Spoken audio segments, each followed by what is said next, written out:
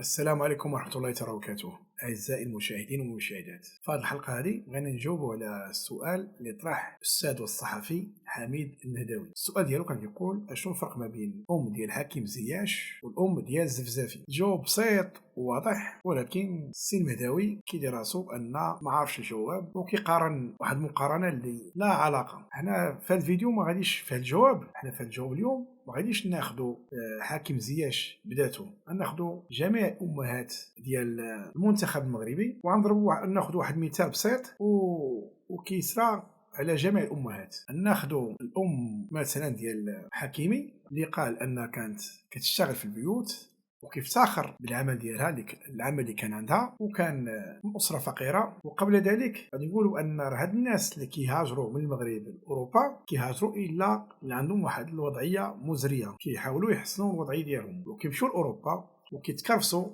وكيخدموا في جميع المجالات، الاشغال الصعيبه والعنصريه وكل حاجه كاينه، كل حاجه تقدر تصورها في اللي كتخدم في الغربه. ما كتمشي تما ما كتلقاش واحد البساط من الحرير، الا خصك غير كاس ديال الماء حتى واحد ما يعطيه لك، خصك تخدم. وهاد الامهات هادو رباو اجيال، رباهم على حب الوطن ورباهم باش يخدموا ويدمروا ويحققوا المستقبل ديالهم، ولكن ما ينساوش ارض الوطن رغم الصعوبات اللي مروا بها، رغم المحن، رغم الشغل في البيوت وفي المقاهي وفي الشركات وفي جميع المجالات. ما كينساوش ارض الوطن، كيربوا ولادهم على حب الوطن. والدليل على ذلك هما الولاد ديالهم كيكبروا وكيخدموا في انديه كبار، يعني اللاعب كره كيتسمى تا هو خدام خدمه، كيلعبوا في انديه كبار وكيحققوا اموال طائله. ومني الوطن كينادي على الابناء ديالو كيقولوا سمعا وطاعه، وكيجيو كيكافحوا وكيخدموا وكيحققوا نتائج وما طالبينش شي حاجه ماديه، لدرجه ان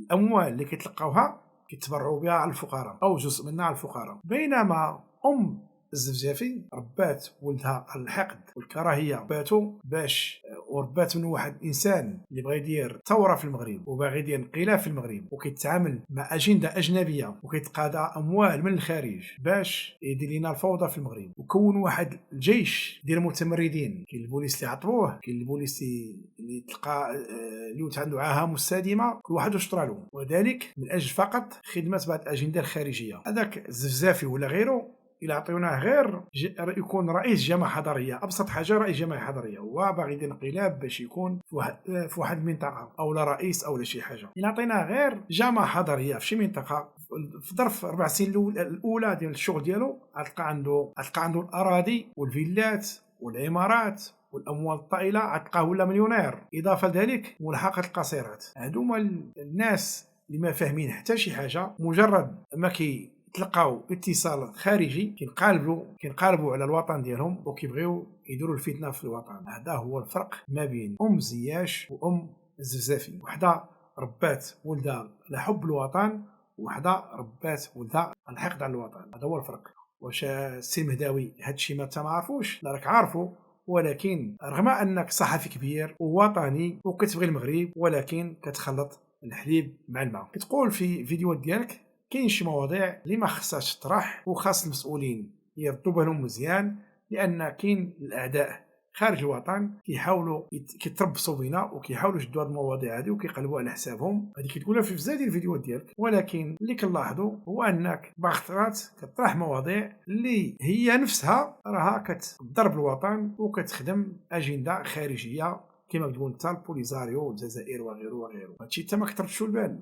هادشي اش قلت لك انا، كتخلط الماء مع الحليب. الا عندك شي حاجه ما بغيتيش كما كتقول، ما بغيتيش اجنده خارجيه يستغلوها باش ياثروا على المغرب او لا يستهزئوا من المغرب على حسب القول ديالك، اكتب شكايه للنيابه العامه، شكايه للفرقه الوطنيه، شكايه لحمايه التراب الوطني، شكايه للوزاره، شكايه للديوان الملكي. ضروري وحده من الشكايات غادي تتفعل. هذا فعلا الا كنتي باغي شي حاجه ما خصهاش تخرج للخارج وبغيتيها تكون مستوره، عندك شي حاجه ماشي هذه، قدم شكايات باش تريح ودير فيديو في القناه، والقناه ديالك تبارك الله مشهوره وكتصنت العالم باسريه، وكيتابعوك المغاربه خارج الوطن وداخل الوطن وخارج الوطن، وكتبعوك ناس من دول العالم العربي وشمال افريقيا وعندك مشاهدات بالملايين، وتجي تهضر لينا على شي حدث طرا في المغرب ما سمعوا حتى واحد، سمعتي غير انت. حنا في برا ما كنسمعوش، حتى كنسمعوا في القناه ديالك، وكتقول هذا الشيء راه ما خصوش يوصل لهذوك الناس اللي باغيين بينا الشر، ولكن انت كتنشروا الفيديوهات ديالك. اذا نعاود باش تنشروا، دير الشكايه وعطى الله